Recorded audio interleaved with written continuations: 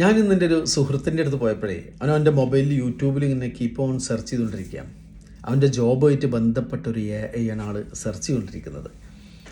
ആൾ ഇവിടെ സീനിയർ അക്കൗണ്ടൻ്റായിട്ട് ഖത്തറിൽ വർക്ക് ചെയ്യുന്ന ഒരാളാണ്.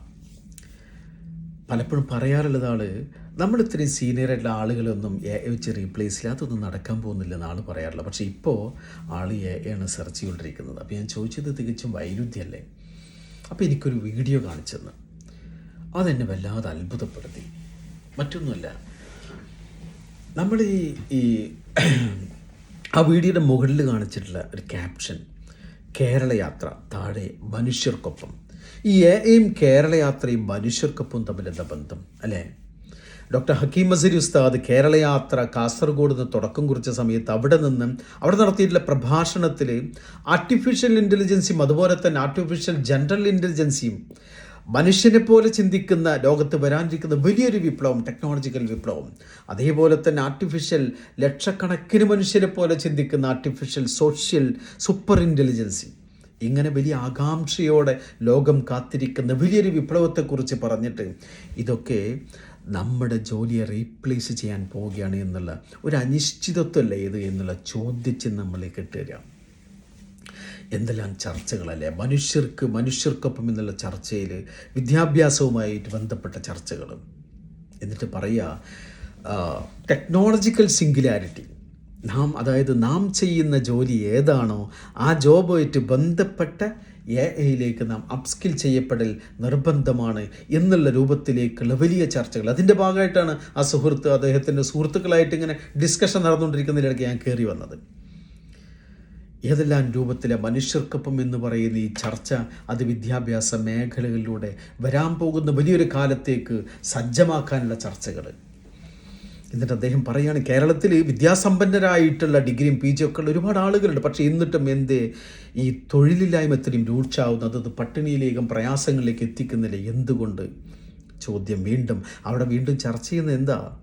ലോകം ഇത്ര സൂപ്പർ ലെവലിൽ കുതിക്കുമ്പോൾ അതിനനുസരിച്ചുള്ള ആവശ്യമായിട്ടുള്ള കാര്യങ്ങളാണോ പഠിപ്പിക്കപ്പെട്ടുകൊണ്ടിരിക്കുന്നത് എന്നുള്ളതാണ്. ആണോ അല്ലേ ചോദ്യം. ഇവിടെ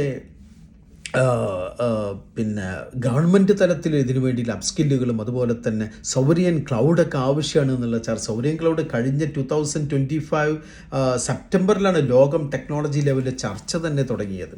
അങ്ങനെ വിദ്യാഭ്യാസ മേഖലകളിലൂടെയുള്ള ചർച്ചകളും അതേപോലെ ആ കാസർഗോഡ് ജില്ലയിൽ നിന്നുള്ള മനുഷ്യരുമായി ബന്ധപ്പെട്ട ഒരുപാട് വിഷയങ്ങൾ, എൻഡോസൾഫാനായിട്ട് ബന്ധപ്പെട്ട് പ്രയാസം അനുഭവിക്കുന്ന കുട്ടികൾ, അവരുടെ അമ്മമാർ, അവിടെ വളരെ നിർബന്ധമാണ് ഒരു മെഡിക്കൽ കോളേജ് എന്നുള്ള ആശയത്തെ, അതുപോലെ സാമ്പത്തികപരമായിട്ടുള്ള, വിദ്യാഭ്യാസപരമായി, രാഷ്ട്രീയപരമായിട്ടുള്ള ചർച്ചകൾ, ഒരു മനുഷ്യനുമായി ബന്ധപ്പെട്ട ബഹുമുഖ മേഖലകളിലൂടെയുള്ള ചർച്ചകൾ അങ്ങ് കോഴിക്കോട്, അതുപോലെ തൃശ്ശൂർ, കൊല്ലം, കോട്ടയം, കണ്ണൂർ, ഇവിടെ ആലപ്പുഴ ജില്ലയിൽ എത്തി നിൽക്കുക. അതിവേഗം യാത്ര മുന്നേറിക്കൊണ്ടിരിക്കുമ്പോൾ 90 പിന്നിട്ടിട്ടുള്ള ബഹുമാനപ്പെട്ട ഷെയ്ഖുന കാന്തപുരം ഉസ്താദ് എല്ലാ മനസ്സുകളിലേക്കും ഈ യാത്രയുടെ വേഗതയേക്കാൾ കൂടുതൽ മനുഷ്യ മനസ്സിലേക്കുള്ള ആ സ്നേഹസൗഹാർദ്ദം ഒരു ഹൃദയത്തിൽ നിന്ന് മറ്റൊരു ഹൃദയത്തിലേക്ക് അതിവേഗം സഞ്ചരിച്ച് ഇന്ന് ആലപ്പുഴ ജില്ലയിൽ എത്തി നിൽക്കുക. എന്ത് സുന്ദരമായിട്ടുള്ള കാഴ്ചകളാണല്ലേ.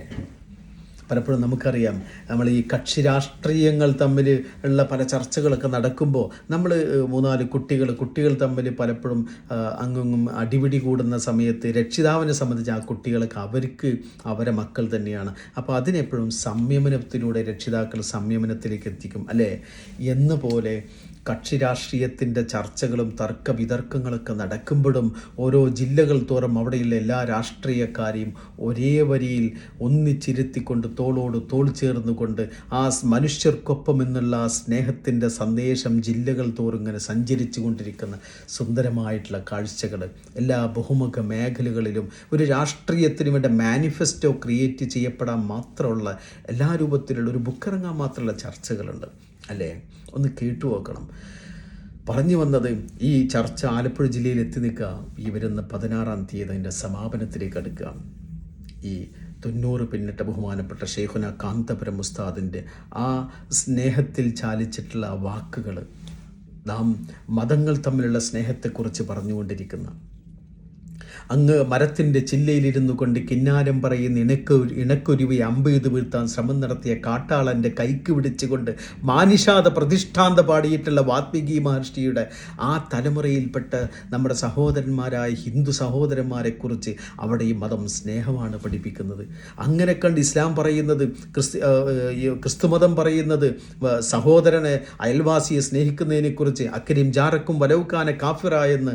നാം തൻ്റെ സഹോദര മതസ്ഥനെ ബഹുമാനിക്കാത്തവൻ എന്നിൽ പെട്ടവനല്ല എന്ന് പഠിപ്പിക്കുന്ന, അങ്ങനെ എല്ലാ മതങ്ങളും സ്നേഹമാണ് പഠിപ്പിച്ചു കൊണ്ടിരിക്കുന്നത് എന്ന് പറഞ്ഞുകൊണ്ട് ബഹുമാനപ്പെട്ട ഈ ശൈഖുന കാന്തപുരം ഉസ്താദ് നടത്തിക്കൊണ്ടിരിക്കുന്ന ഈ സ്നേഹത്തിൻ്റെ കലങ്ങി മറിച്ചിലുകളോട് കൂടിയിട്ടുള്ള ആ യാത്ര ആലപ്പുഴ ജില്ലയിൽ എത്തി നിൽക്കുമ്പോൾ സമാപനം 16-ാം തീയതി 16th സമാപിക്കുകയാണ്.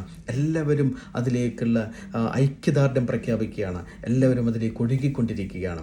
ഈ പ്രവാസികളായിട്ട് ഞങ്ങളൊക്കെ സംബന്ധിച്ച് എത്തണമെന്നുള്ള ആഗ്രഹമുണ്ട്. പക്ഷേ ഞങ്ങളുടെ മനസ്സും ആ മനുഷ്യർക്കൊപ്പം എന്നുള്ള ഞങ്ങളുടെ ഹൃദയവും അതിനോടൊപ്പം ചേർത്തുകൊണ്ട്, തോളോട് തോൾ ചേർന്നുകൊണ്ട്, ഓൺലൈനിൽ ഇരുന്നുകൊണ്ട് ഞങ്ങൾ സംഗമിക്കുകയാണ്.